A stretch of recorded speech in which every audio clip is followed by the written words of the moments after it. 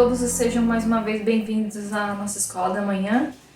E espero que todos estejam bem, estejam animados, que vocês já tenham buscado ao Senhor, orado antes do início desta aula. E hoje nós vamos dar sequência na nossa série que trata sobre o Senhor Jesus Cristo e os seus últimos momentos enquanto Ele estava aqui conosco neste mundo. E hoje a nossa leitura vai ser no livro de Mateus, o Evangelho de Mateus, no capítulo 26, dos versículos 57 a 68. Então vamos lá, vamos abrir as nossas Bíblias no Evangelho de Mateus, capítulo 26, dos versículos 57 a 68. Diz assim a palavra do Senhor: E os que prenderam a Jesus o conduziram à casa do sumo sacerdote Caifás, onde os escribas e os anciãos estavam reunidos. E Pedro o seguiu de longe, até o pátio do sumo sacerdote, e entrando, assentou-se entre os criados para ver o fim. Ora, os principais sacerdotes e os anciãos e todo o conselho buscavam falso testemunho contra Jesus para poderem dar-lhe a morte.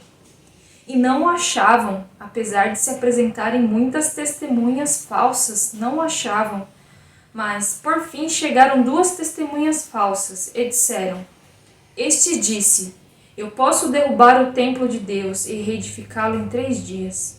E levantando-se o sumo sacerdote, disse-lhes: Não respondes coisa alguma aos que estes depõem contra ti? Jesus, porém, guardava silêncio. E respondendo ao sumo sacerdote, disse-lhe: Conjuro-te pelo Deus vivo que nos diga se tu és o Cristo, o Filho de Deus. Disse-lhe Jesus: Tu o disseste. Digo-vos, porém, que vereis em breve o Filho do Homem assentado à direita do poder e vindo sobre as nuvens do céu. Então o sumo sacerdote rasgou as suas vestes, dizendo: Blasfemou! Para que precisamos ainda de testemunhas? Eis que bem ouvistes agora a sua blasfêmia. Que vos parece? E eles respondendo disseram: É réu de morte. Então cuspiram-lhe no rosto e lhe davam punhadas, e outros os esbofeteavam, dizendo: Profetiza-nos, Cristo, quem é que te bateu? Até aqui. Então, crianças, nessa passagem que nós acabamos de ler da palavra do Senhor, nós vimos que o Senhor Jesus passou por uma situação muito difícil, terrível, e foi uma situação de julgamento. Ele havia sido preso e agora estava sendo julgado. Vocês sabem o que é um julgamento? Nós vamos dar um exemplo bem simples para que vocês possam entender melhor. Vamos pensar na seguinte situação. Alguém fez algo errado. Essa pessoa ela cometeu um crime, por exemplo, um roubo. Essa é a acusação desta pessoa. Ela está sendo acusada de roubo. A lei que nos diz o que é certo e o que é errado para manter a paz e a ordem, ela diz que quem rouba deve ser castigado.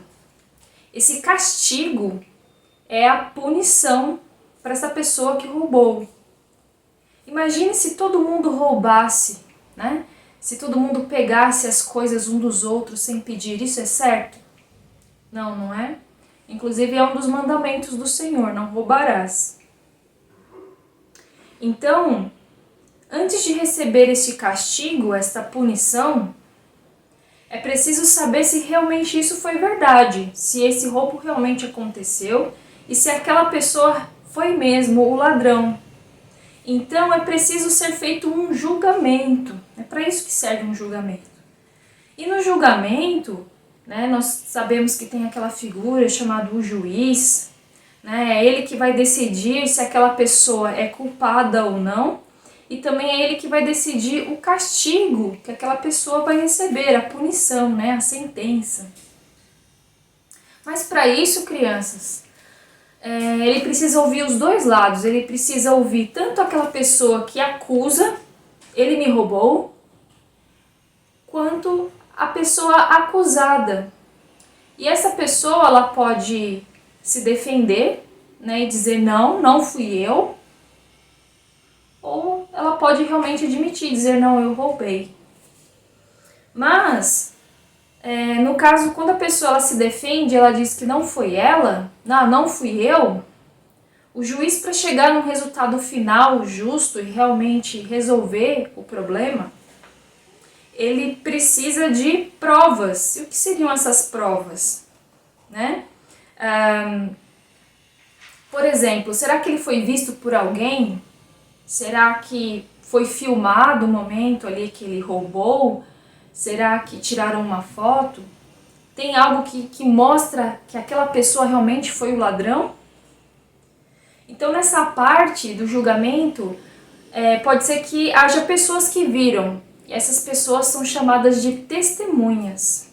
E elas vão ser chamadas para vir contar para o juiz o que aconteceu. Então, a partir daí, o juiz ele vai juntar todas essas coisas, o que ele ouviu de um, o que ele ouviu do outro, se tem alguma imagem e a história contada pelas testemunhas, ele vai ver se tudo isso bate, se tudo isso está certo. E uma vez que ele tem todas essas coisas, ele consegue decidir se essa pessoa é culpada ou inocente e qual o castigo que ela vai ter. Por isso, crianças, nessa hora é muito importante que o juiz ele não conheça nem o acusador e nem o acusado. Que ele não seja amigo de uma dessas pessoas. Por quê? Porque seria um problema o juiz ser amigo de uma dessas pessoas. Porque ele ia ficar com vontade de ajudar aquela pessoa que ele gosta, aquela pessoa que é mais chegada dele, né? Então ele poderia tomar uma decisão errada e realmente o ladrão ser culpado e ele dizer que não é, ou de um ladrão ser inocente e ele dizer que o ladrão é culpado para ajudar aquele amigo dele que disse que foi roubado e não foi.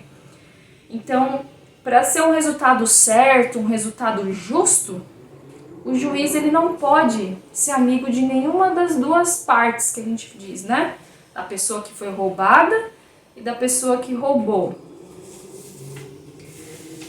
E com esse exemplo que eu acabei de dar para vocês, será que vocês conseguem pensar em outro exemplo bem fácil, bem simples, que a gente passa mesmo até dentro da nossa casa? Aí vocês vão falar, nossa tia, um julgamento na minha casa, como seria isso? Bom, eu creio que a maioria de nós, mesmo os mais pequenos, principalmente aqueles que têm irmãos, mas os que não têm também, eu acredito que já devam ter passado por isso. Nós passamos por pequenos julgamentos, né, no nosso dia a dia, muitas vezes. Por exemplo, quando nós fazemos algo de errado e os nossos pais nos perguntam, né, quem foi que fez? Principalmente quando é algo que o pai e a mãe, ou quem cuida de nós, né, os nossos avós ou tios, ou algum parente que cuida da gente, diz, olha, não era para vocês terem feito isso, né, vocês desobedeceram. E pode ser que tenha um que tenha só feito, né? Aí vai trazer a pergunta, quem foi que fez? E aí, né, muitas vezes, um irmão diz que foi o outro. Ah, não fui eu, foi ele. Ah, não, foi ele que falou para eu fazer, mas eu não queria, né? Fica uma situação assim. Então, o pai, a mãe, aquele familiar que cuida de nós vai ter que tomar decisão, ele vai ter que ser um juiz nessa hora. Né? Ele vai ter que ver o que aconteceu, realmente, né? Ver tudo ali o que houve e tomar a decisão de quem foi o culpado e qual vai ser o castigo, não é? Então, muitas vezes nós passamos também por julgamentos, onde ou nós vamos ser os culpados, os acusados ou os acusadores, e os nossos pais e os familiares que cuidam de nós vão ser os juízes, não é? Então, na passagem de hoje, nós vemos que o Senhor Jesus ele passou por um julgamento. E que julgamento foi esse? Foi o julgamento judeu. Ele passou pelo julgamento judeu. Né? Os fariseus, que eram os homens que lideravam ali a religião, o prenderam. Então o Senhor Jesus estava sendo acusado de um crime, acusado de algo errado. O próprio Senhor Jesus estava sendo acusado de um crime. O próprio Senhor Jesus Cristo. Mas que crime o Senhor Jesus Cristo poderia ter cometido? Qual foi a acusação? Ele foi acusado do quê? A acusação, crianças, foi o crime de blasfêmia, né? Blasfêmia, além de ser um grande pecado contra Deus, também era um crime na lei judaica. E vocês saberiam me dizer o que é blasfêmia? Né? De todas as aulas que nós tivemos até agora, será que alguém de vocês lembra o que é blasfêmia? Bom, blasfêmia é quando nós fazemos ou dizemos algo que não é verdadeiro sobre Deus. Mas isso foi verdade? Será que o Senhor Jesus ele disse algo errado sobre Deus? Não, ele disse a verdade. Ele disse que ele era o Filho de Deus. E isso é verdade. Mas o ódio daqueles homens, dos fariseus, era tão grande que eles não acreditaram no Senhor Jesus. Mesmo eles vendo todos os milagres que o Senhor Jesus fez, que ele multiplicou pães e peixes, que ele curou pessoas doentes, que ele trouxe mortos à vida, eles não acreditaram. Mesmo eles ouvindo os ensinos do Senhor Jesus, né, o qual chegaram a dizer que ninguém falou como este homem fala. Então, eles continuaram ali com seus corações duros, com ódio do Senhor Jesus, e quando o Senhor Jesus disse que ele era filho de Deus, eles consideraram aquilo uma mentira sobre Deus. Então era uma blasfêmia. E quem foram os acusadores do Senhor? Né? Nós vimos que foi o conselho judeu, né? Os fariseus ali, os religiosos, os homens que deveriam receber bem o Senhor Jesus, porque eles falavam da religião, eles ensinavam a religião, eles estavam esperando a vinda do Messias, mas não, eles eram os acusadores do Senhor, eram aqueles que diziam, ele é culpado, ele blasfemou. E quem foi o juiz desse julgamento? Nós vimos que foi Caifás. E quem era esse homem, Caifás? Caifás, ele era o sumo sacerdote. Ele era líder dos fariseus.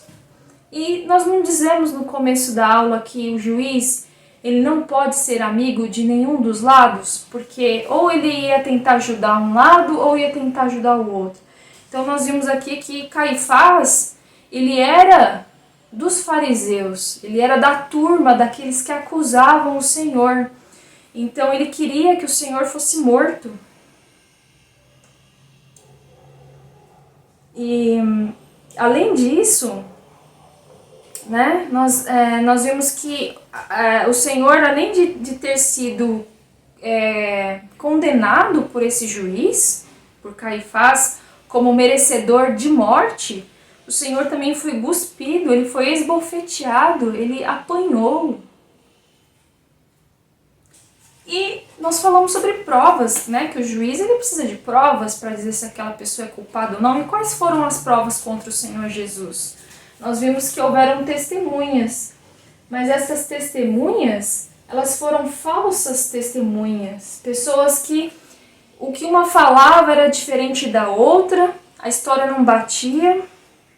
E quando por fim chegaram duas testemunhas, elas mentiram, elas disseram coisas diferentes daquilo que o Senhor Jesus tinha realmente dito, né?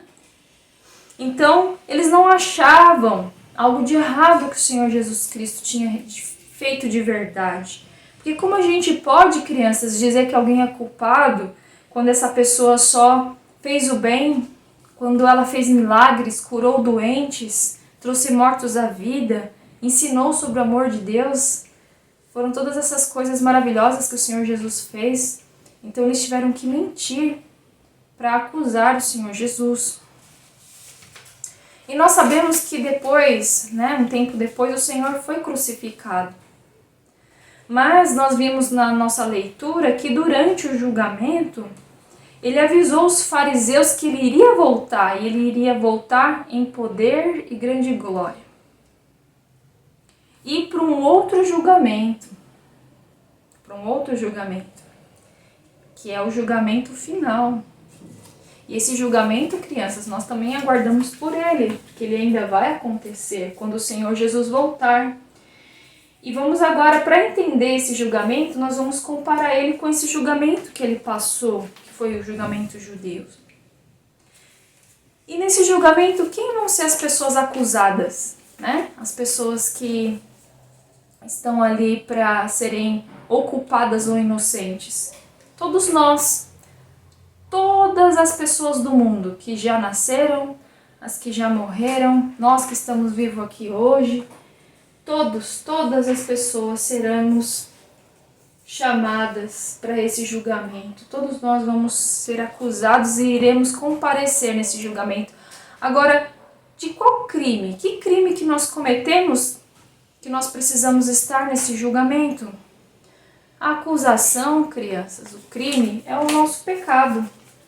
É o pecado que existe no nosso coração, é o pecado dos nossos pensamentos, é o pecado do nosso coração, né? Nós sabemos que todos nós somos pecadores e pecado é desobedecer a Deus. E qual que é o castigo do pecado? Qual é a sentença do pecado? É a morte. Nesse caso aqui, crianças, é a morte eterna. É estar para sempre separado do amor de Deus, em muita tristeza, em muito sofrimento, num lugar chamado inferno. E o juiz? Quem vai ser o juiz desse julgamento? O juiz será o próprio Senhor Jesus Cristo. O próprio Senhor Jesus. Mas ao contrário de Caifás, que agiu, né, pelos seus próprios interesses, porque ele queria que o Senhor Jesus fosse morto, né, ele estava cheio de ódio pelo Senhor Jesus. O Senhor Jesus vai ser um bom e justo juiz. Ele não vai dar ouvidos para o que as pessoas dizem de nós, mas ele vai nos julgar vendo realmente as coisas que nós fizemos. Por quê? Porque Deus é aquele que registra, é aquele que grava tudo aquilo que nós fazemos, tudo aquilo que nós sentimos, tudo aquilo que nós pensamos. Ele vê todas as coisas. E quem são os acusadores? Quem é que nos acusa e fala, eles são culpados? Os acusadores naquele dia, crianças, é a própria lei de Deus. A lei de Deus está registrada na Bíblia e nos nossos próprios corações. Deus, ele gravou a sua lei no coração de cada homem e mulher que nasce deste mundo. Né? Meninos e meninas, idosos, todo mundo tem a lei de Deus gravada no seu coração. Então, mesmo se um dia você, mesmo se falarem assim, eu nunca li a Bíblia, ou eu li muito pouco, eu não conheço, eu não sei qual é a vontade de Deus, nós sabemos quando nós fazemos o certo e o errado. E quando nós fazemos o errado, é como se a gente tivesse uma vozinha aqui dentro dizendo o que nós fizemos. Então isso mostra que Deus gravou a sua lei dentro de nós. E nós não temos desculpa para cometer pecado, mesmo se eu não ler a Bíblia. E a lei de Deus, crianças, nós já aprendemos aqui que a lei de Deus é para a nossa própria proteção, para a nossa própria felicidade. Né? Fazer a vontade de Deus é muito bom. E quando nós quebramos a lei de Deus, nós cometemos uma ofensa, um crime muito grave contra o nosso Criador. E quais serão as provas contra nós? Quem serão as testemunhas, né? Nesse caso? Né? Os livros. A Bíblia fala sobre os livros que serão abertos, esses livros onde o Senhor, ele registra os nossos pecados, as coisas que nós fazemos, tanto as coisas boas quanto as ruins. Mas ali vai estar os nossos pecados registrados por Deus. Será um momento, crianças, como se a gente visse um filme da nossa própria vida. Né? Toda vez que nós sentimos raiva, que nós guardamos ódio no coração, que nós desobedecemos, toda vez que nós sentimos inveja, queremos aquilo que não é nosso, não queremos ajudar, tudo isso vai estar ali gravado e nós vamos ver estas coisas. Tudo isso vai ser mostrado como num filme. E todos os nossos pecados, até aqueles mais escondidos, eles vão ser mostrados à vista de todos. Então nós não vamos ter o que dizer, não fui eu, porque nós vamos estar vendo ali tudo que nós fizemos. Mas a diferença, crianças, enquanto que no outro julgamento, no julgamento judeu, o Senhor encontrou ódio e só pessoas contra ele, e ele teve um final terrível, né? Vocês sabiam que nesse julgamento final, nem todas as pessoas que estão sendo acusadas, elas vão ser condenadas e vão receber o castigo no inferno? Agora, como seria isso, não é? Como isso é possível, uma pessoa que realmente é culpada não ter o castigo? Essas pessoas, elas vão ser livres. E nós usamos a palavra absolvida. Essas pessoas, crianças, elas vão ser absolvidas do seu castigo, da sua sentença. Isso acontecerá, crianças, porque toda pessoa que se arrepender dos seus pecados e buscar o perdão do Senhor, ainda hoje, terá o seu castigo pago. O Senhor, Jesus, ele morreu na cruz para pagar a culpa do nosso pecado. Ele tomou a nossa culpa e disse que a culpa agora era dele. E todos aqueles que confiam nele terá a sua culpa apagada. E aí, ao invés do juiz dizer culpado, nós ouviremos inocente. Será que alguém já viu alguém assim tão bom como o Senhor Jesus? O próprio juiz tomando o castigo do criminoso? Ele não deixou a culpa para lá, né? Ele não fingiu que não viu, né? Que não viu nada e que nada aconteceu, não. Mas ele mesmo foi punido no lugar dessas pessoas. Assim, ele pode então agora perdoá-las e levá-las para o céu. E será que você é uma dessas pessoas? Será que você, nesse dia do julgamento final, você vai estar junto dessas pessoas que foram absolvidas pelo Senhor? Se não, você ainda pode ser. Se você se entristecer pelos seus pecados, se você buscar o perdão do Senhor e confiar que Ele já pagou o seu castigo na cruz. Naquele dia do julgamento final, o Senhor Jesus, ele não será o seu juiz, mas ele será o seu salvador e o seu amigo. Então, crianças, que vocês busquem o perdão de Deus e que vocês tenham certeza que vocês serão perdoados e entrarão no céu. Agora, então, nós vamos entoar o hino 48, e que vocês possam pensar bem neste hino e buscarem o Senhor de todo o coração. Que Deus os abençoe.